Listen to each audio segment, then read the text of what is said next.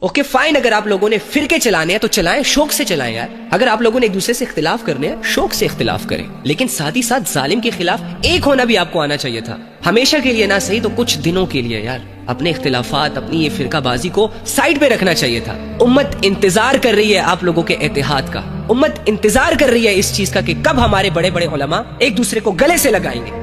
امت کو سمجھ نہیں آ رہی کہ ہم کس عالم کو فالو کریں، کس عالم کو سنیں، کس کے پیچھے جائیں. آپ کو نہیں پتا کہ آپ لوگوں کے اختلاف کی وجہ سے امت کتنی کنفیوز ہے. ہمارے نبی صلی اللہ علیہ وآلہ وسلم سب سے بڑے عالم تھے، انہوں نے دشمنوں کو گلے سے لگایا.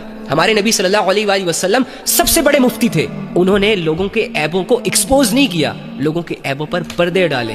اور تعلیم بھی یہ دی کہ لوگوں پر پردے ڈالا کرو، لوگوں کی عزتوں کو اچھالا نہ کرو. ہمارے نبی صلی اللہ علیہ وآلہ وسلم سب سے بڑے قاضی تھے، لیکن ان کے دل نرم تھے، وہ لوگوں پر مہربان تھے، امت کی خاطر اپنا کمفرٹ زون قربان کرتے تھے. اور ہمارے صحابہ کو بھی یہ شہرت کے شوق نہیں تھے. ہمارے صحابہ کا فوکس یہ نہیں تھا کہ لوگ اللہ اور اس کے رسول کی وجہ سے ہمیں عزت دینا شروع ہو جائیں، اللہ اور اس کے رسول کے نام پر بڑی بڑی سواریاں ہمارے ہاتھ کے نیچے آ جائیں. ارے انہوں نے تو اپنا سب کچھ لٹایا تھا اپنے رب پر، اپنا سب کچھ نبی صلی اللہ علیہ وآلہ وسلم کے قدموں میں لا کر رکھا تھا سب کچھ. میرا عالم، میرا مفتی اپنی مہ سے نہیں نکل رہا، ممبروں پر بیٹھ کے ایک دوسرے کو گالیاں، ایک دوسرے کو تنقید. یار ہمارا کیا قصور ہے؟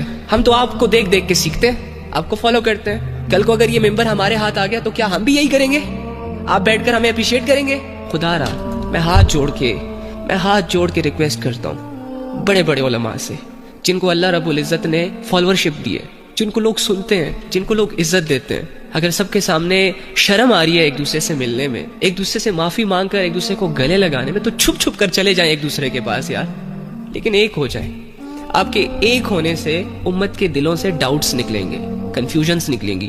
آپ لوگوں سے ایک دوسرے کا وجود برداشت نہیں ہو رہا تو آپ غیر مسلموں کو کیسے گلے سے لگائیں گے؟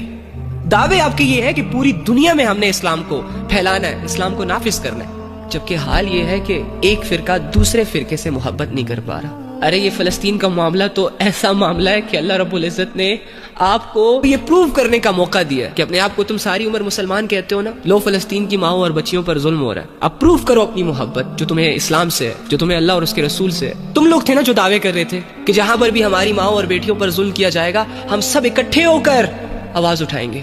کہاں ہے؟ ان دعووں کو پروو کرنے کے لیے تو اللہ رب العزت نے فلسطین کا میدان سجایا تھا. واللہ علماء ہمارے سروں کے تاج ہیں. ہم کچھ بھی کر لیں نا، کچھ بھی کر لیں، بڑی سے بڑی ڈگریاں بھی کیوں نہ لے لیں، لیکن جو علماء کے پاس ہے ہم کبھی بھی اس تک پہنچ ہی نہیں سکتے.